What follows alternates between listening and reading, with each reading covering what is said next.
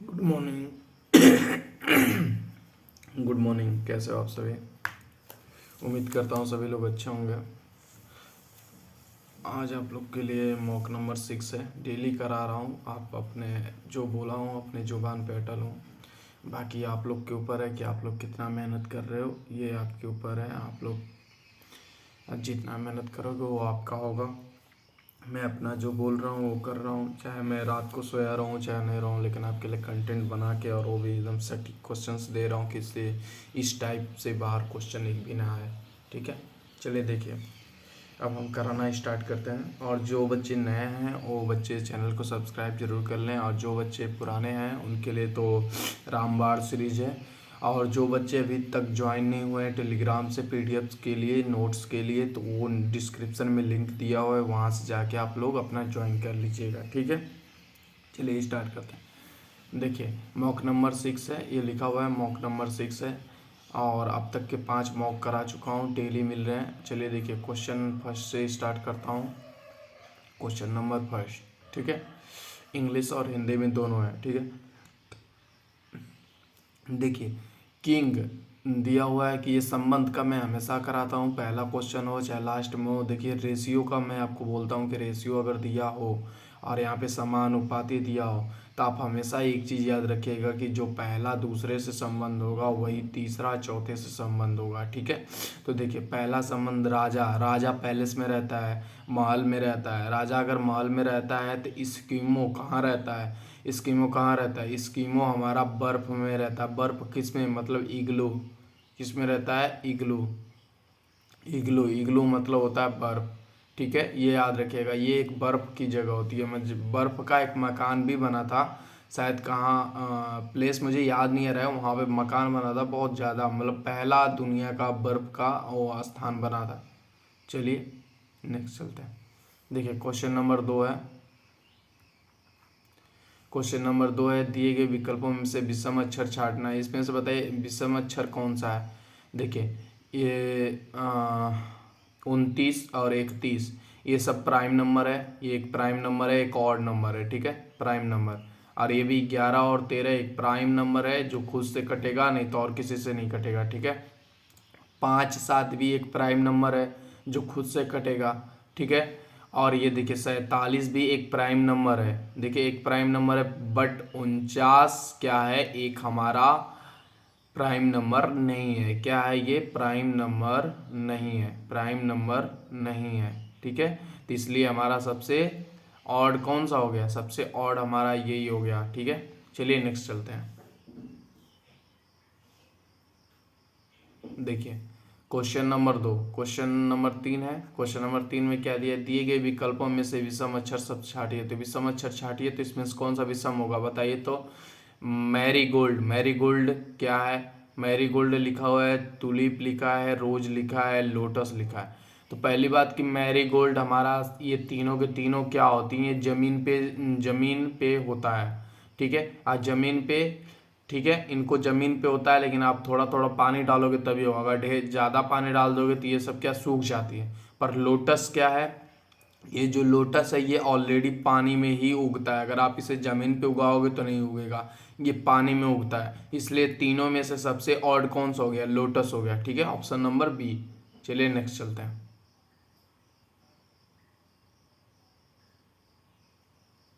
ठीक है, अब देखिए क्वेश्चन नंबर ये 4 है। क्वेश्चन नंबर 4 में क्या कहता है, बी, ये देखिए लिखा हुआ है, दिए गए विकल्पों में से सही विकल्प चुने जो श्रृंखला को पूरा करे। ठीक है, तो इसकी प्लेस वैल्यू से आप लोग को याद होना चाहिए, प्लेस वैल्यू से करना बहुत ही आसान होता है। जैसे देखिए, इसका प्लेस वैल्यू इसका प्लेस वैल्यू 2 होता है, इसका 4 होता है, इसका 6 होता है, इसका 3, इसका 6, इसका 9, इसका 4, इसका 8, इसका 12। आप इसमें एक चीज देख रहे हो, इसमें 2 का प्लस, इसमें 2 का प्लस, इसमें 3 का प्लस, इसमें 3 का प्लस, इसमें 2 का प्लस, इसमें इसमें 4 का प्लस हुआ है। ठीक है, और इसमें फिर 4 का प्लस। तो एक चीज कॉमन दिख रहा है, इसमें 2 हुआ, इसमें 3 हुआ, इसमें 4 हुआ, तो अगला जो आएगा उसमें 5 का होगा। तो ऑप्शन में देखिए कि 5 का कहीं है, प्लेस वैल्यू लिख लोगे उसी के बाद ही याद आएगा। तो ये 3 है और ये 9 10 है। तो पहली बात कि जे 10 पे होता है, सी 3 पे होता है, इनके बीच में 5 का गैप नहीं है, मतलब ये ए नहीं होगा। ये 5 है और ये 10 है, मतलब इनके गैप में 5 है, और ये 15 है तो इसके गैप में 5 है, मतलब कि ऑप्शन नंबर सी होगा। ठीक है, चलिए बाकी चेक करना ही नहीं है आपको, बस ऐसे ही देखना है कि इसमें 2 का गैप है, इसमें 2 प्लस हो रहा है, इसमें 3 प्लस हो रहा है, इसमें 4 प्लस होगा, अगला जो आएगा उसमें 5 प्लस होगा। बस हमें मिल गया, हम चलते हैं। ठीक है, ऐसे ही आपको करना ही है, ऐसे करोगे तो आपको समझो कि टाइम बचेगा और आपका अधिक से अधिक क्वेश्चंस होंगे, आप कर सकोगे। क्वेश्चन नंबर कौन था क्वेश्चन नंबर 4 था वो शायद। क्वेश्चन नंबर 4 देखिए, ये क्वेश्चन नंबर 5 है। अब देखिए ये भी वही है, लिखा हुआ है कि दिए गए विकल्पों में से सही विकल्प चुने जो श्रृंखला को पूरा करे। ठीक है, तो देखिए एक है, एक में प्लस 2 हुआ, 3 हुआ, एक में प्लस 5 हुआ, 3 में प्लस 5 के 8 हुआ, 8 में कितना जोड़ेंगे कि 19 हो जाएगा, तो 19 होने के लिए 11 जोड़ना पड़ेगा, प्लस 11 देख लेते हैं। अभी हम आप लोग अपने से चेक कर रहे हैं कि हो रहा है कि नहीं। 19 में आप कितना जोड़ोगे कि 42 होगा, 19 में कितना जोड़ोगे 42 होगा, 22 एक 23, इसमें 23 जोड़ने पे होगा। ठीक है, अब 89 में कितना जोड़ेंगे तो 82 होगा, तो 7 एंड 4 47 जोड़ने पे 89 होगा। तो अब हमको एक चीज़ दिख रहा है कि इसमें हमको कुछ कॉमन तो नहीं दिख रहा है, दिख रहा है नहीं दिख रहा है। चलिए अब इसको करने का देखते हैं स्क्वायर से होता है कि नहीं, अब स्क्वायर से कर लेते हैं। ठीक है, अब स्क्वायर से करते हैं।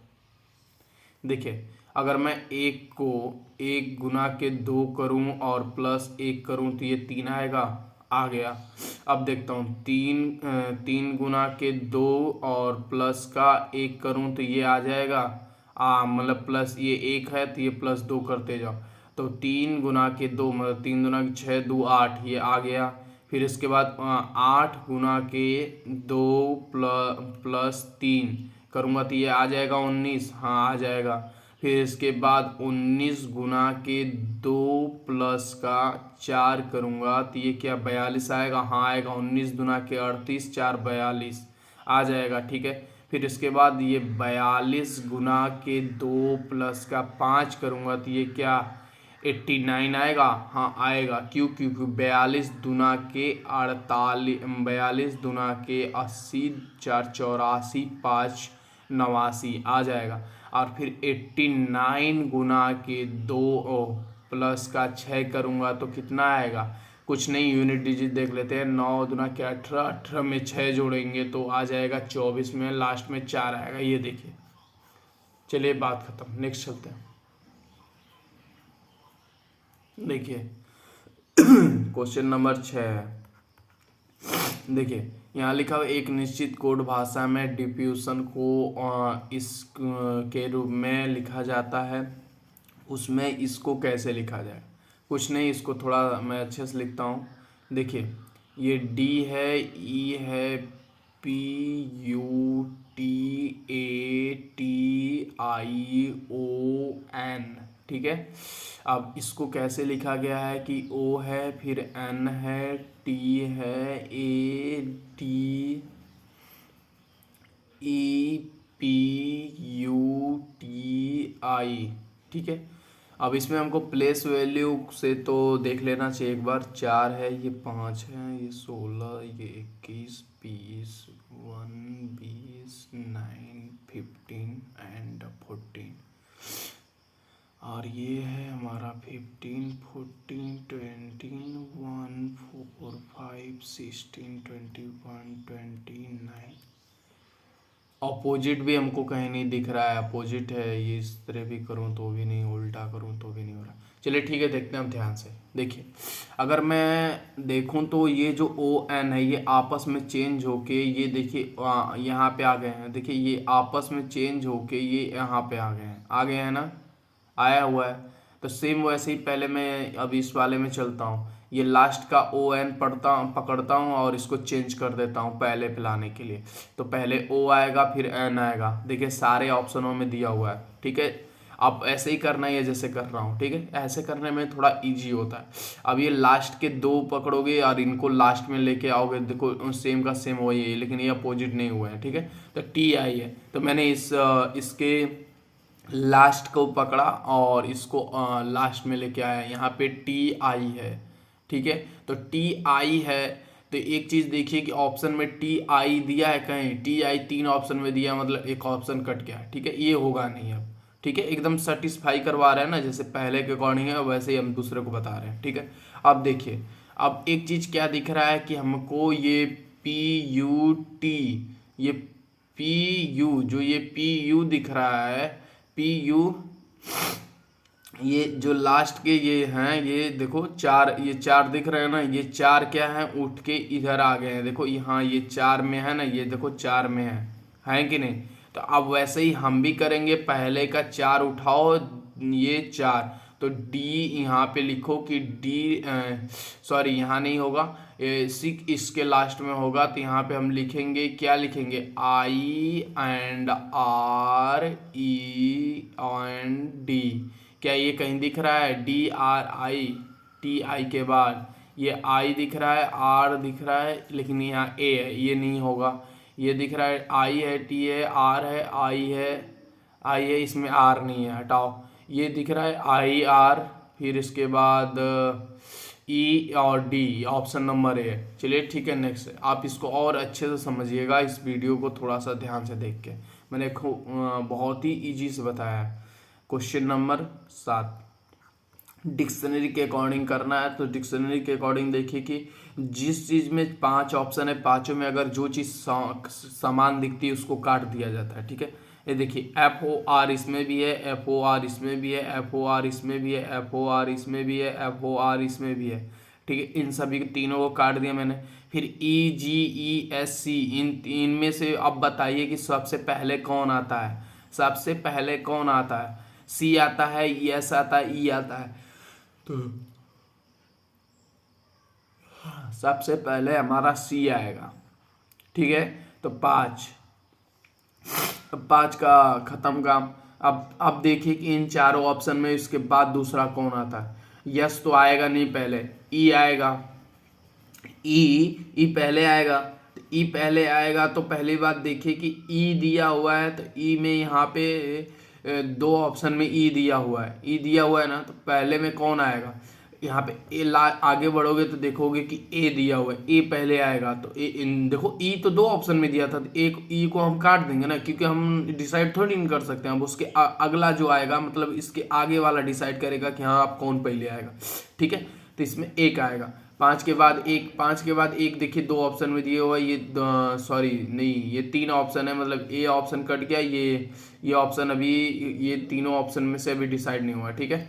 अब देखिए तीनों ऑप्शन में डिसाइड नहीं हुआ, ठीक है। अब देखिए मेन चीज़ है, अब देख रहे हो कि अब तो एक आ गया, एक का भी काम खत्म। अब देखिए कि ये 3 ऑप्शन बचे, इनमें से बताइए कि सबसे पहले कौन आएगा, ठीक है। और जी पहले आता है कि आई पहले आता है कि ओ आता है कि यस आता है, इन सब में से सबसे पहले कौन आता है, जी पहले आता है, जी पहले आता है कि आई आता है, आई अल्फ़ाबेट के अकॉर्डिंग सबसे पहले आई आएगा ना, तो 5 के बाद एक और एक के बाद 3, तो यहाँ पे 5 1 3, ये देखिए ये भी ऑप्शन में नहीं है, इस भी में नहीं है, मतलब सी और बी में से कोई एक होगा।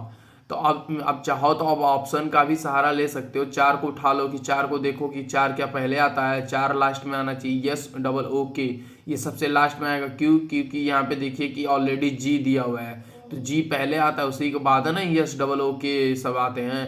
तो यहाँ पे हम पहले प्रेफर करेंगे 2 को, किसको प्रेफर करेंगे, 2 को, तो 2 है, मतलब ऑप्शन नंबर बी है, ये नहीं होगा। चलिए नेक्स्ट चलते हैं। देखिए ये क्वेश्चन नंबर 8 है, क्वेश्चन नंबर 8 देखिए लिखा हुआ है, रैंकिंग का क्वेश्चन है। सोहन ऊपर से 7वें और कक्षा में नीचे से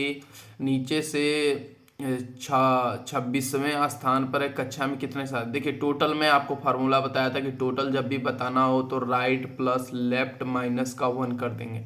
तो हमें राइट से कितना दिख रहा है कि 7 है, और लेफ्ट से कितने हैं, 26 हैं, इनको जोड़ोगे तो कितना हो जाएगा हमारा, 26 4 30, 30 5 30, 3 33, 33 माइनस 1 करोगे 32, सॉरी 23 लिख रहा हूँ, 32, ठीक है, 32 लड़के हैं टोटल। चलिए नेक्स्ट चलते हैं। देखिए यहाँ पे लिखा है क्वेश्चन नंबर 9, ठीक है। देखिए, सीमा का छोटा भाई सोहन, यहाँ पे लार्जेस्ट और स्मॉलेस्ट बताना है या मिडल बताना है, ऐसा ही क्वेश्चन 3 तरीके क्वेश्चन पूछता है। ठीक है, अब देखते हैं।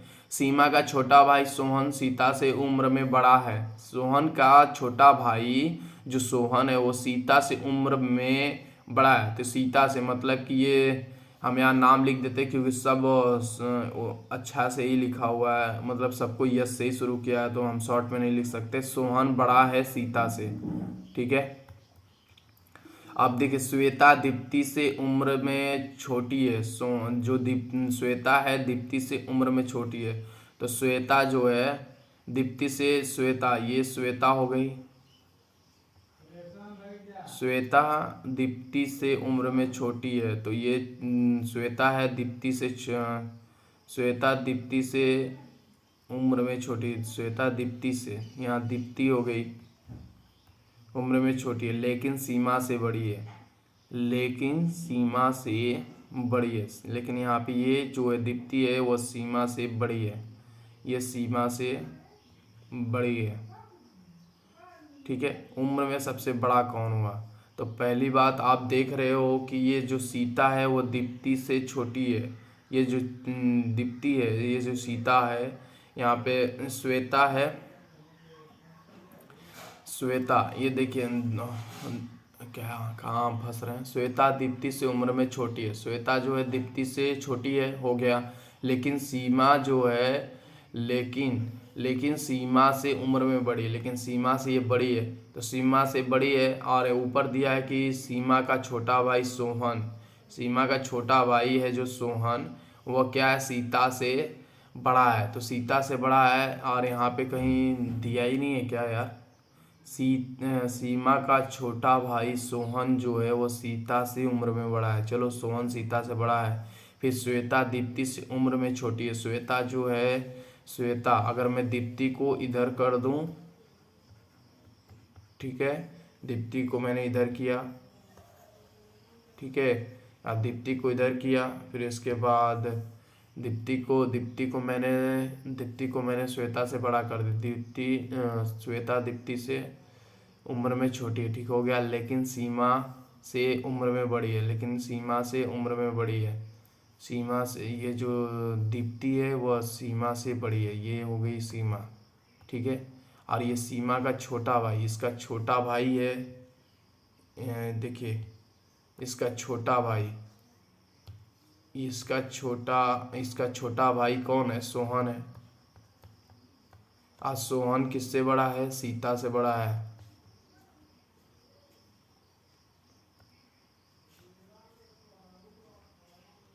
ये सीता है यहाँ, तो सबसे बड़ी कौन है, दीप्ति है। देखिए, एकदम सही हो गया ना, सब क्वेश्चन के अकॉर्डिंग। तो पूछा है उम्र में सबसे बड़ा कौन है, तो दीप्ति है, option number B.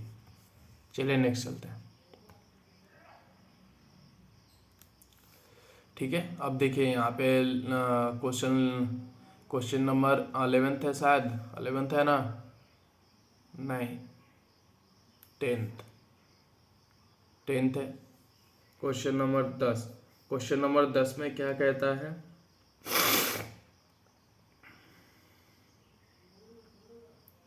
Question number 10 कहता है कि शार्क, वेल, कछुए, तीनों के तीनों अलग हैं। पहली बात तो ये नहीं होंगे, ये भी नहीं होंगे, ये भी नहीं होंगे, ऑप्शन नंबर सी। मतलब कुछ क्वेश्चन ऐसे होते हैं देख के आप उड़ा दो। शार्क अलग होती है, वेल अलग होती है, कछुए अलग होती है, तो एक में कैसे हो सकते हैं।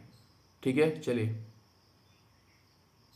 देखिए, यहाँ क्वेश्चन नंबर 11 है, लिखा हुआ है कि ये सिंबल दिया हुआ है 24। ए का मतलब होता है भाग, ये भाग है, एंड बी का मतलब है प्लस, सी का मतलब है माइनस, डी का मतलब है गुना। तो यहाँ से 6 चौको 24, 4 चौको 16, 16 9 हो जाएगा हमारा 25, 25 और -8 करेंगे तो हो जाएगा 12, और 12, 25 में से 12 और 5 17, ऑप्शन नंबर बी। ठीक है, चलिए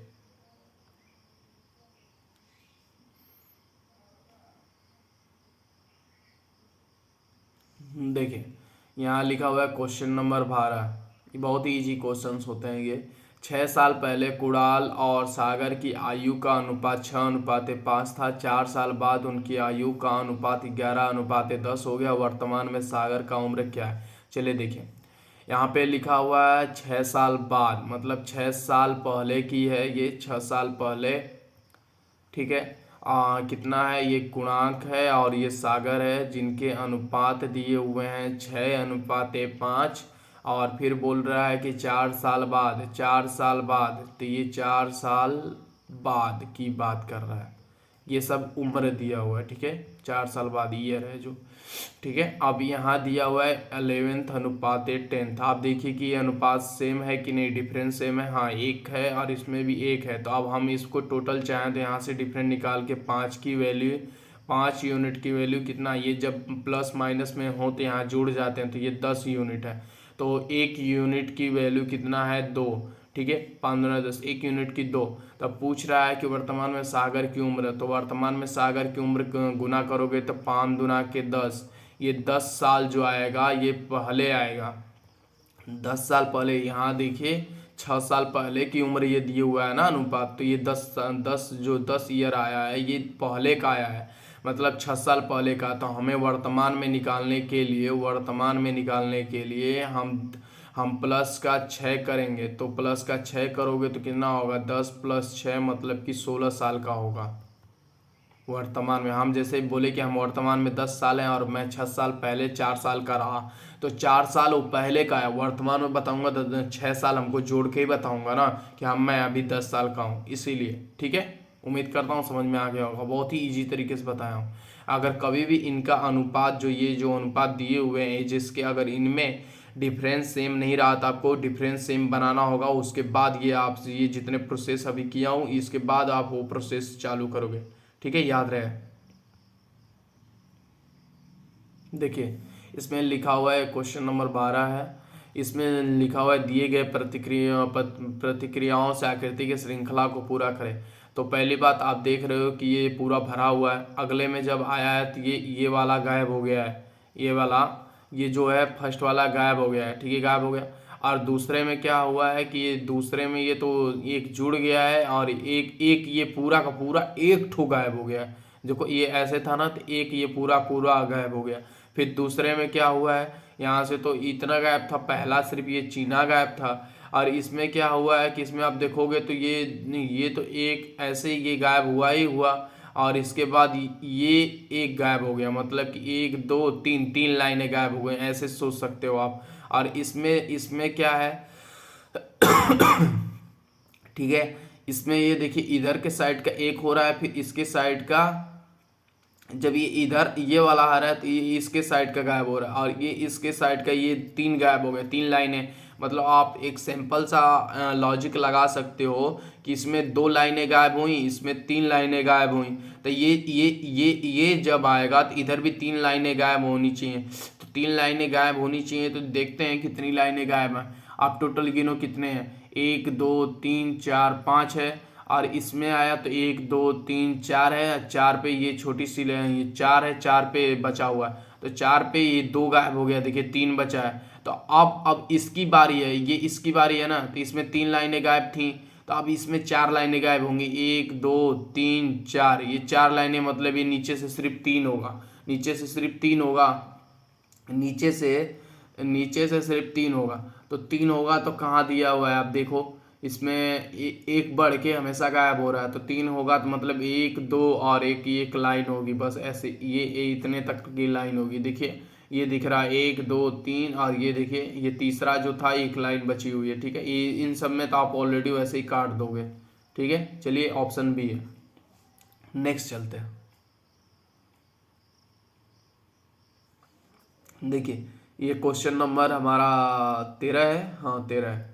ठीक है, अब देखिए यहाँ लिखा हुआ है नीचे दिए गए इस टाइप के, मैं सोच रहा हूँ कि ये जैसे ये गोला बोला हुआ, त्रिकोण हुआ, चरकोना हुआ, जैसे भी ये इस टाइप के क्वेश्चंस बनते हैं, लड़के जो डरते हैं, मैं इनको करा दूंगा एक स्पेशली क्लास करके, चाहे वो 1.5 घंटे की हो या 2 घंटे की, एक ही क्लास में सब खत्म कर दूंगा। देखिए ये 10 है, तो इसको 10 लाने के लिए क्या किया जाता है, क्या किया गया है देखते हैं। देखिए अगर मैं इसको मैं चाहूँ तो इसको गुना के 2 आप प्लस का ये 4 अगर ये ऐड कर दूँ तो ये 10 आ जाएगा, 3 दूना 6, 6 4 10, ठीक है। और ये जो 4 है, अगर मैं 4 को इसको गुना करूँ तो 4 दूना के 8, 8 प्लस का 6, ये 6 ऐड कर दूँ तो 14 आ जाएगा, ठीक है। बहुत इजी क्वेश्चन हमको लगा है, मैं तुरंत हमको दिख गया, ठीक है, तभी हम बता रहे हैं। देखिए, और ये अगर मैं इसको लाने के लिए, इसको 20 को लाने के लिए अगर 6 गुना के 2 कर दूँ तो 12, 12 में 8 जोड़ दूँ तो ये 20 हो जाएगा। ये हो जाएगा कि नहीं, 20 हो जाएगा। तो सेम वही कॉन्सेप्ट यहाँ पे लगाते हैं, 8 गुना के 2 और प्लस का 20 अगर ऐड कर दूं, प्लस का 3 अगर ऐड कर दूं तो ये क्या, ये यहाँ की वैल्यू आ जाएगी, यहाँ की वैल्यू जो है आ जाएगी कि नहीं। 8 दूना 16, 3 19 दिए, देखिए ऑप्शन में दिया है, हाँ दिया हुआ है, नहीं देता तो बात अलग ही, दिया हुआ है, सब के सब सेटिस्फाई हो रहे थे, इसकी वजह से मैंने कॉन्सेप्ट लगाया, ठीक है। नेक्स्ट चलते हैं।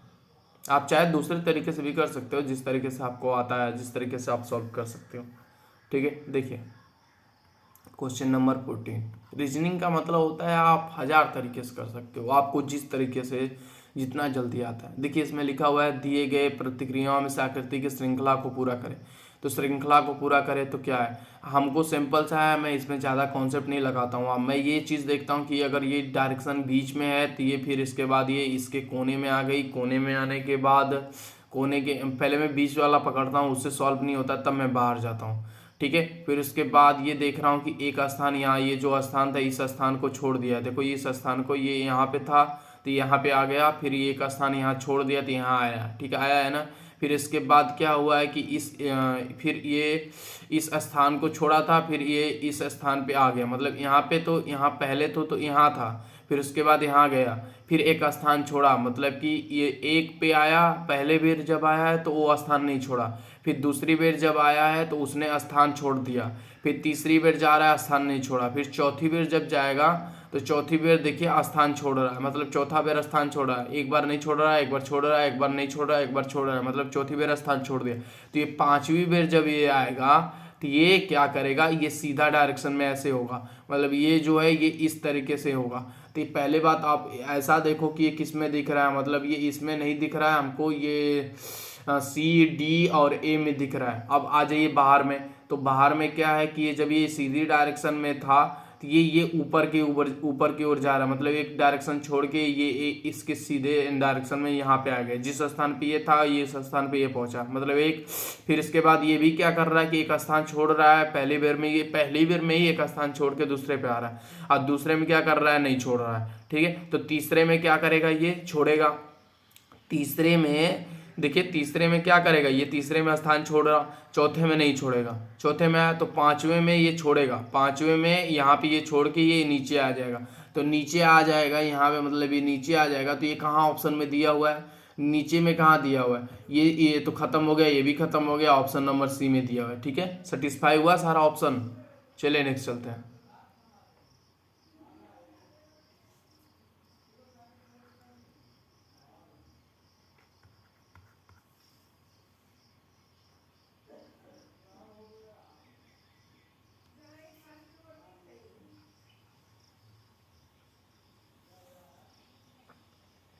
इसको देखो, इसको इस कागज को खोलने और मोड़ने वाला क्वेश्चन है। देखिए कागज को आधे पर से ये ऊपर से ऐसे मोड़ दिया गया, फिर मोड़ने के बाद इसको भी फिर ऐसे त्रिकोण में साइज में मोड़ दिया गया, फिर इसको भी त्रिकोण को जो भाई अच्छा बचा खुचा था उसको भी मोड़ दिया, मोड़ने के बाद इसको क्या कर दिया, इस बिचवा में से काट दिया, तो बिचवा में काट देगा तो ये गोला पूरा बनेगा। गोला पहले बात देखिए कि पूरा बना है कि नहीं किसमें।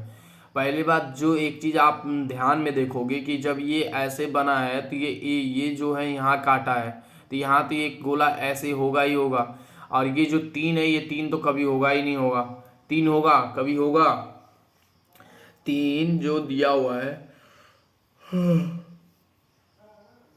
3 कभी होगा ही नहीं। और ये जो बीच में है ये कभी त्रिकोण के बीच में है ही नहीं, क्योंकि ये ऑलरेडी पूरा नहीं है। ये त्रिकोण अगर ऐसे होता तो यहाँ अगर कटता तो एक ये पांचवा में जाता, लेकिन ये जब खुलेगा तो ये पहले ऐसे बनेगा, ये खुलेगा जब ऐसे बनेगा तो ये 0 यहाँ आएगा, फिर इसके बाद जो है ये फिर ये जो है ये ऊपर जाएगा, तो ये ऊपर जाएगा तो ये एक ऊपर यहाँ बनेगा ना, ये एक ऊपर यहाँ बनेगा जैसे देखिए यहाँ बनेगा, तो ये एक तो यहाँ बना, एक यहाँ बना, मतलब एक यहाँ बनेगा, एक यहाँ बनेगा।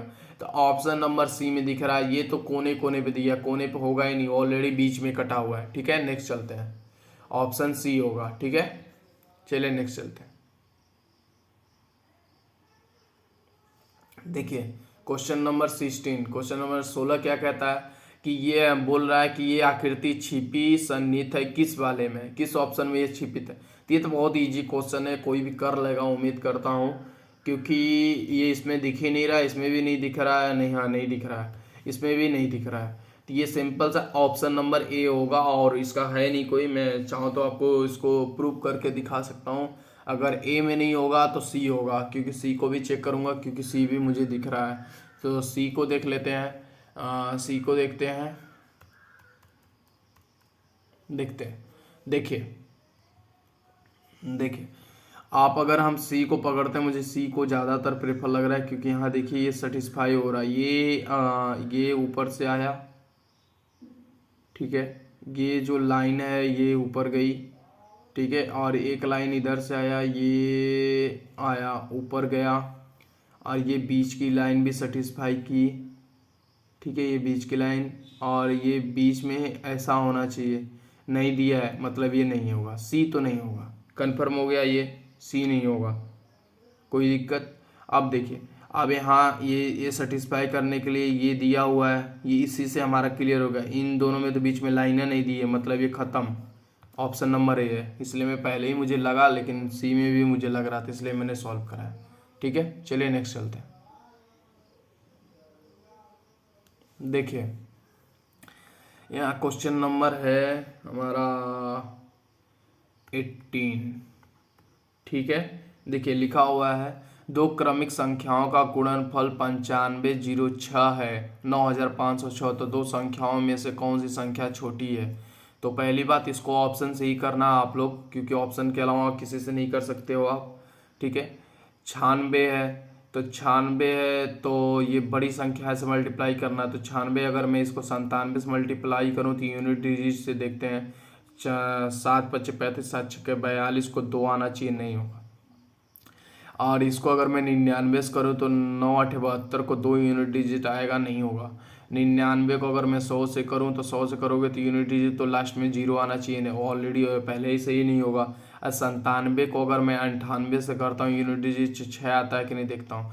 7 वाड़े 56 को 6 आता है, मतलब यूनिट डिजिट 6 आ रहा है, मतलब यही ऑप्शन बी होगा।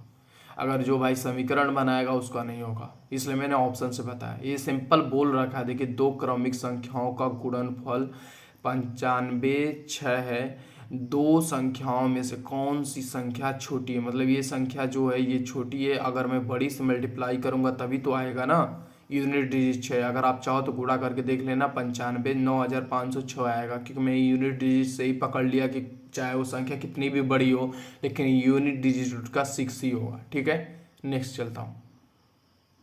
देखिए यहाँ पे क्वेश्चन नंबर ये 19 है।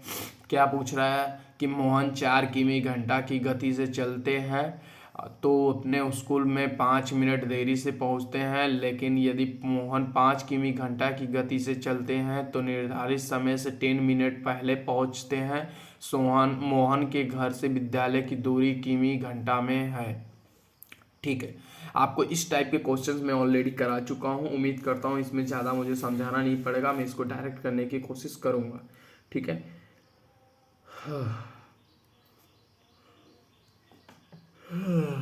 क्वेश्चन 19 देखिए, यहाँ लिखता हूँ स्पीड। मैंने ऐसे ही कराया था वो पहले में भी, पर क्या करूँ, मजबूर हूँ अपनी आदत से।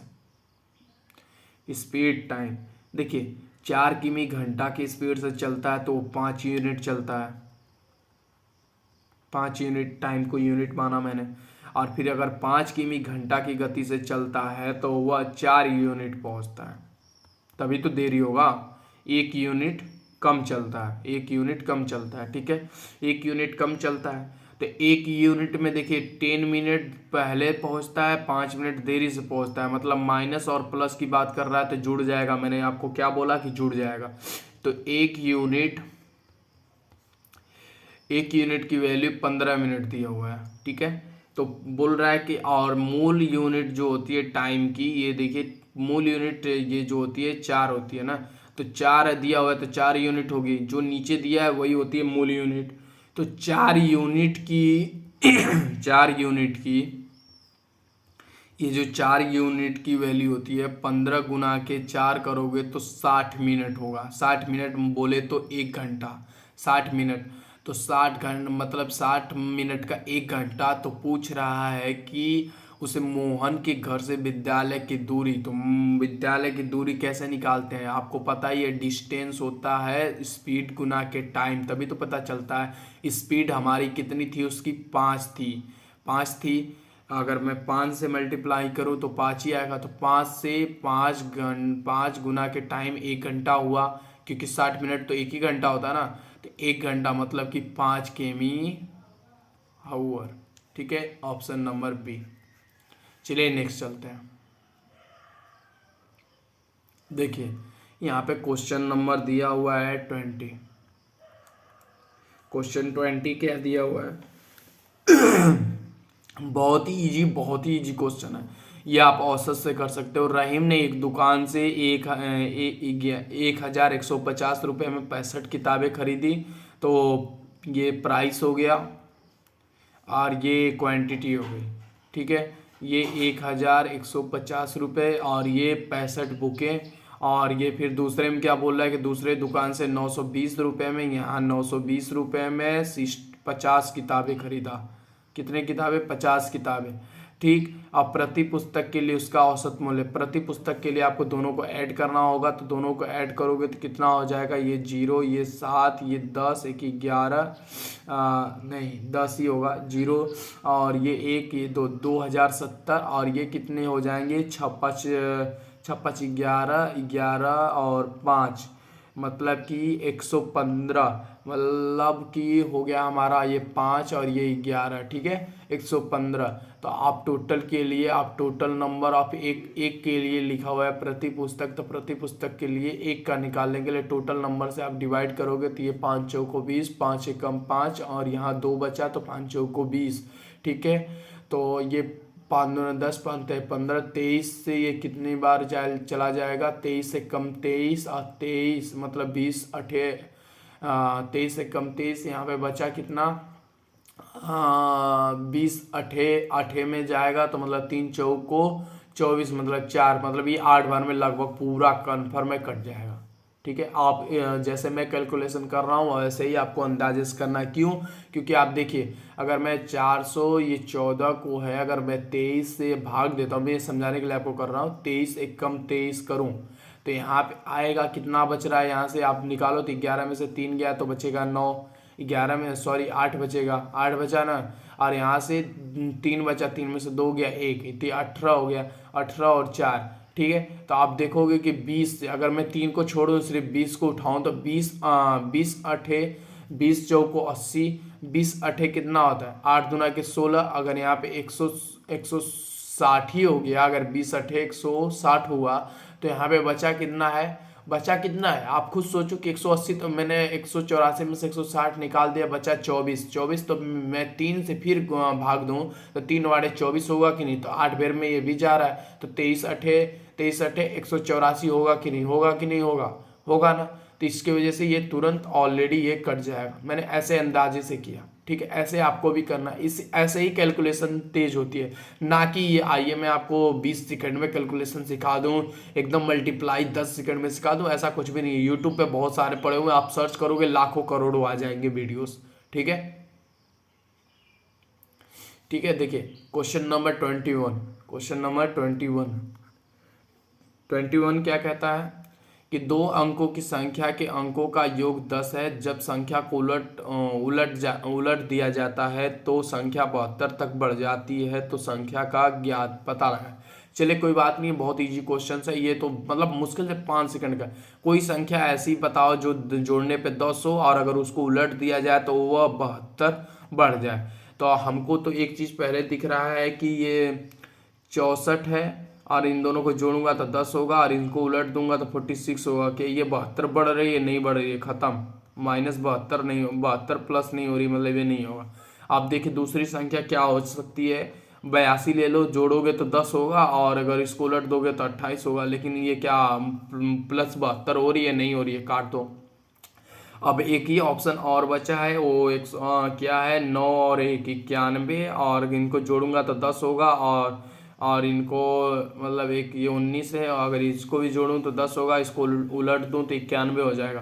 तो ये क्या 72 बढ़ रही है? हाँ 72 बढ़ रही है। 72 क्या है, 72 बढ़ रही है कि नहीं बढ़ रही है? 72 बढ़ रही है, 72 प्लस हो रही है। ठीक है, यही हमारा ऑप्शन होगा। तो यहाँ कहीं दिया है, देखिए ऑप्शन में 19 दिया है, मैंने ऑप्शन से ये उठा के किया है। बाकी अब आप लोग कर सकते हो, क्योंकि मैंने देखा ये देखिए 6 4 10, 8 2 10, 7 3 10, लेकिन 10 को 73 करूंगा तो ये 72 बढ़ रही है, नहीं बढ़ रही है। देखिए ये थोड़ा क्वेश्चन अच्छा है, और इसको आप करने में थोड़ा टाइम लेंगे आप लोग भी, और इसको हमको समझाने में टाइम लगेगा। देखिए यहाँ लिखा हुआ है कि एक वृत्त की परिधि और एक वर्ग का परिमाप योग 272 सेंटीमीटर के बराबर दिया है। तो पहले मैं पहली लाइन को क्लियर करता हूँ, इसको लिख के उसके बाद आगे बढ़ता हूँ। देखिए एक वृत्त का परिधि क्या होता है? एक वृत्त का परिधि 2πr होता है, ठीक है, और प्लस ये आर जो होता है रेडियस होता है। और ये देखिए फिर एक परिधि हो गया। एक वर्ग का परिमाप क्या होता है? 4a होता है, 4a होता है। ये इसके बराबर कितना दिया है? 272 दिया हुआ है, 272 दिया हुआ है ना 272। अब देखिए 272 दिया हुआ है, 272। तो हमें क्या है यहाँ पे देखिए कि वृत्त का व्यास क्या होता है? व्यास सेंटीमीटर में है, 56 सेंटीमीटर है। तो व्यास आपको पता होना चाहिए कि वहाँ जो ये डायगोनल होता है वही व्यास होता है। तो व्यास हमारा 56 दिया हुआ है, और हमारा ये क्या होता है? 2r 56 होता है। रेडियस क्या होता है? 2r 56 होता है। तो अगर मैं यहाँ से स्टार्ट करूँ सॉल्व करना यहाँ तक, तो यहाँ देखिए यहाँ ये हो जाएगा। मैंने ऑप्शन से जो है मैं वैसे ही रखता जा रहा हूँ 56। 2r का मैंने देखिए 2r जो है ये मैंने ये देखिए 2 है और ये r है, 2r का मैंने 56 रखा। और ये पाई की वैल्यू कितनी है? 22/7 होती है, 22/7 मैंने रखा। और फिर प्लस मैंने 4a रखा। 4a इज इक्वल टू 272 दिया हुआ है, 272 दिया। तो मैंने 7 से काटा, 7 वाड़े 56, 8 से किया तो ये कितना हो जाएगा? 8 दूना के 16 को 6, 8 दूना के 16 1 17, 176 होगा। 176 प्लस बटे 4a इक्वल टू 272। अगर मैं 176 को इधर ले जाऊंगा तो 4a बराबर कितना हो जाएगा हमारा? 100 निकाल दिया, 4 बचा, मतलब 104। 104 कितना बचेगा? 96 बचेगा, ठीक है, 96। तो ए बराबर मतलब एरिया हमारा कितना निकलेगा? तो ये हमारा 4 दूना के 8, 4 चौको 16, मतलब कि 24 बचा, ठीक है, 24। अब दूसरे में आते हैं, क्या लिखा हुआ है? वृत्त का। अब देखिए मेन चीजें पूछा क्या है कि वृत्त का वर्ग और क्षेत्रफल का योग क्या होगा? वृत्त का क्षेत्रफल, और ये पूछा है वर्ग का क्षेत्रफल। तो वृत्त का क्षेत्रफल क्या होता है? वृत्त का क्षेत्रफल यहाँ पे हम अलग से लिखते हैं, थोड़ा सा साइड में जगह नहीं है ज़्यादा, आपको दिखना भी चाहिए। वृत्त का क्षेत्रफल, तो वृत्त का क्षेत्रफल होता है πr²। ये जो पाई है πr², और योग बोला है क्षेत्रफल का, तो योग क्षेत्रफल है तो a², ठीक है। अब देखिए अब हमें πr², तो हमें a का तो मिला है, और πr² क्या है? r का क्या हमारा दिया हुआ है? तो पाई का तो हम वैल्यू लिखेंगे डायरेक्टली 22/7, और गुना के r का स्क्वायर क्या दिया हुआ है? r का स्क्वायर क्या दिया हुआ है? कहीं दिया हुआ है? देखिए यहाँ पे देखिए, अगर मैं r का निकालूं तो ये 2 से ये 56 कितना बार में डल जाएगा? 28। तो ये r की वैल्यू निकल गई, तो r हमारा 28 दिया हुआ है, मतलब कि 28। r² है तो 28 गुना के 28। तो और फिर इसके बाद ये प्लस है, तो a का स्क्वायर कितना है दिया है? 24 दिया है। तो 24 का स्क्वायर कितना होता है? आप लोग को पता है 576 होता है। आपको कोई वर्ग स्क्वायर याद किए हो कि नहीं है किए हो? ये याद कर लेना भाई, बहुत ज़्यादा इंपॉर्टेंट है। नहीं याद करोगे तो आपके लिए ही घाटा है, मेरे लिए कोई बात नहीं है। 7 के 7 एकम 7 चौको 28, 4 बार में जाएगा तो 22 चौको कितना हो जाएगा? 20 चौको 80, 2 चौको 8, मतलब 88। तो ये 88 प्लस का 28, ठीक है, और यहाँ पे प्लस का 24 का स्क्वायर 576, ठीक है, ये हुआ। 576। तो 576 अगर मैं इनको जोड़ दूं तो ये ऑलरेडी हमारा आंसर आ जाएगा कि नहीं? आंसर आ जाना चाहिए। तो देखते हैं। तो ये लंबा क्वेश्चन है, इसको आप जितना जल्दी करोगे, मैं जो बता रहा हूँ ना ये बताऊंगा नहीं, इसको आप सिर्फ 30 सेकंड में कर लोगे अगर आपको अपने से करना रहेगा तो। ठीक है, आप इसको जोड़िए। मैं इसको यूनिट डिजिट से करके हटाता हूँ। 6 8 8 16, ये 8 8 16 है, 16 में 6 बचाना, 6 यूनिट, 6 6 6 दुना के 6 दुना 6 6 6 12। तो आप कहीं हम मिस्टेक कर रहे हैं क्या? 22 चौको 88, एंड 24 का स्क्वायर 576। हाँ 576। फिर इसके बाद इन दोनों को अगर ऐड कर दिया जाए, 28 का कोना कहीं है। हाँ ये देखिए, हम भी कह रहे हैं, हम जोड़ कह रहे हैं, ये देखिए गुना है ये। ठीक है, तो ये 64 को 4 और 4 में अगर 6 जोड़ूंगा तो 0, यूनिट डिजिट 0 आएगी। यूनिट डिजिट इसमें 0 नहीं दिया, इसमें नहीं दिया, मतलब ऑप्शन नंबर बी होगा। क्योंकि आप देख सकते हो 64 को 0 को 64 है, 4 आएगा, और ये प्लस का अगर 6 जोड़ोगे तो यूनिट डिजिट 0 आएगी कि नहीं? यही हमारा आंसर है। ठीक है, नेक्स्ट चलते हैं। ये क्वेश्चन अच्छा है ना? चलो देखते हैं। आप इसको सिंपल देखिए कि इस क्वेश्चन को आप सिंपल देखिए क्या करना है इसका। ये दिया हुआ है ना, तो इसको अगर मैं इसका एलसीएम लूंगा, तो ये कितना हो जाएगा? 1/3 एंड प्लस का 1/4 एंड अगर मैं इसको करूंगा तो 10, मतलब कि 10, मतलब कि हो गया 5 दुना के 10, 2 दुना के 4। जैसे देखिए इसका अगर एलसीएम मैं 10 लेता हूँ तो ये 5 से काटोगे 2, और ये 2 ऊपर जाएगा तो ये मल्टीप्लाई हो जाएगा 4। तो यहाँ 4 आ गया, 4 माइनस कितना है, और यहाँ देखिए 2 बचे, 2 से इस 5 को काटोगे तो 5 बार में 5 एक कम 5, तो यहाँ ऊपर चला जाएगा 5, और ये एलसीएम कितना था? 10। ठीक है, हो गया। और फिर इसके बाद नीचे आओगे तो ये देखो 3 एक कम 3, 3 दूना के 5, तो ये 5 हो गया। 5 बटे कितना हो जाएगा? 5/3, और ये फिर औ किया मैंने, फिर यहाँ 3/4, फिर माइनस का 3/4 एंड औ, फिर इसके बाद 4/5। मैंने ये देखा 4 से ये 4 खत्म हो गया 3 से 3 खत्म हो गया, तो हमें यहाँ बचा कितना है? बचा हमारा, ये देखिए बचा कितना है। अब मैं यहाँ से अब इसको भी सॉल्व करके आगे बढ़ता हूँ, हर एक स्टेप लिखना नहीं चाह रहा हूँ क्योंकि जगह नहीं मेरे पास। देखिए ये माइनस, प्लस माइनस का अगर गुना करोगे तो माइनस हो जाए तक, मतलब कि 1/3, 1/3 माइनस का 1/40 हो जाएगा। 10 से 4 में मल्टीप्लाई होगा तो 40 आएगा। फिर इसके बाद बट्टे का 5/3 बचा है, 5/4 भी, 4 भी यहाँ से हम निकाल सकते हैं। सिंपल सा इसको इजी कैलकुलेशन करने के लिए मुझे 5/3 करना पड़ेगा। तो मैं अगर चाहूँ तो 3 से 3 5/4 एंड हाँ सही है, चलिए कोई बात नहीं, ये भी सही है। अब कर दिया हूँ तो चलो 5/4 और ये 3/5। ठीक है, अब यहाँ देखिए कि यहाँ है, यहाँ तक हुआ। अब इसके बाद नीचे आते हैं, नीचे हुआ, मैंने यहाँ जगह हटाया। फिर इसके बाद वो ऊपर का दूसरा स्टेप था। अब देखिए 40 है तो 40 से कम 40, और ये 3 ऊपर जाएगा मल्टीप्लाई होके। मैंने इनका एलसीएम लिया, इनका एलसीएम आपको लेने के लिए 120 करना पड़ेगा, तो 120 किया मैंने, 120। और फिर उसके बाद क्या है, 40 माइनस का 3 करोगे क्योंकि ऊपर मल्टीप्लाई हो जाएगा। 40 तिहैया के कितने बार में जाएगा? 4 तिहैया के 12, 3 बार में जाएगा।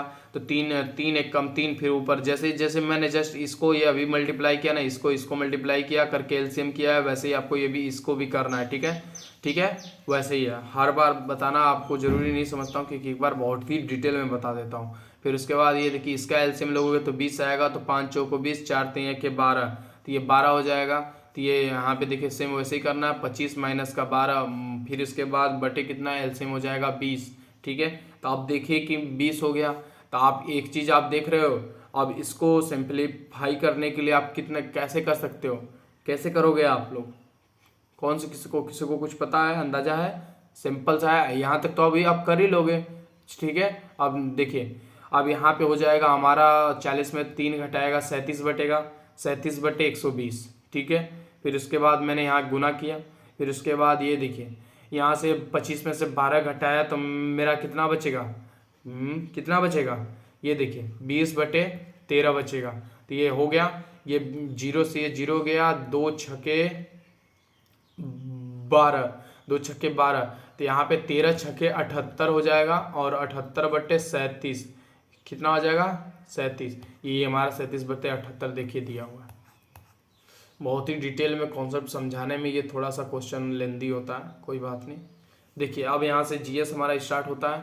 देखिए लिखा निम्नलिखित में से कौन सा अकबर के दरबार में प्रसिद्ध संगीतकार तानसेन का मूल नाम था। इनका मूल नेम है राम तानु पांडे। ठीक है, चलिए नेक्स्ट चलते हैं। वोट देने का अधिकार किस श्रेणी में रखा गया है। ये बहुत ही इजी क्वेश्चन है, ये तो बहुत बार है एयरफोर्स में पूछता है। ये होता है कानूनी अधिकार। वोट देने का अधिकार आपसे कोई नहीं छीन सकता, वो कानूनी अधिकार है, आपको वोट देना ही देना है। देखिए निम्नलिखित में से कौन सी जगह हुमायूं का जन्म हुआ है। काबुल है, ठीक है, याद रखिएगा। चलिए नेक्स्ट चलते हैं। रूस की राजधानी क्या है। रूस की राजधानी कौन है, बताएगा। मॉस्को है, कीव है, आवाज का। रूस की राजधानी कौन सी है, बताएगा कोई। रूस की राजधानी, कितने क्वेश्चन है अभी, 1 2 3 4।